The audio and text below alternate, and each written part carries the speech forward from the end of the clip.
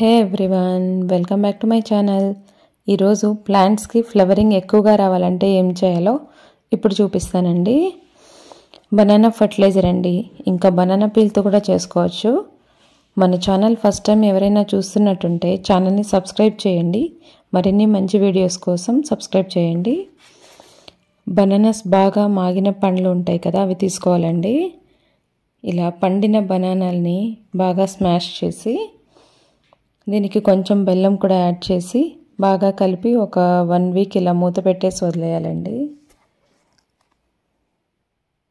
ఎవరికైనా ఇలా మెత్తగా ఉండే బనానాలు ముట్టాలంటే ఇరిటేట్గా ఉంటే కొంచెం చేయికి హ్యాండ్ గ్లౌజెస్ ఉంటాయి కదా, అవి వేసుకొని చేసుకోవచ్చండి.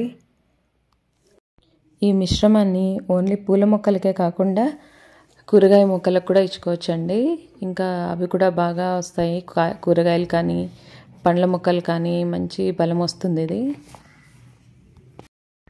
ఇది ఇలా కలిపి బాగా మూత పెట్టాక డైలీ ఒక్కొక్కసారి ఇలా వుడెన్ స్టిక్ పెట్టి కలుపుతూ ఉండాలండి. ఫైనల్గా 1 వీక్ తర్వాత చూపిస్తున్నాను మీకు. ఇలా వచ్చేసింది.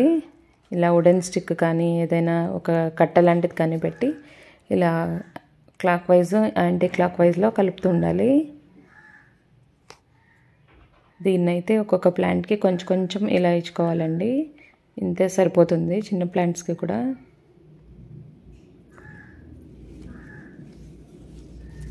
ఇలా కొంచెం డిగ్ చేసి వేసుకున్నా సరిపోతుంది.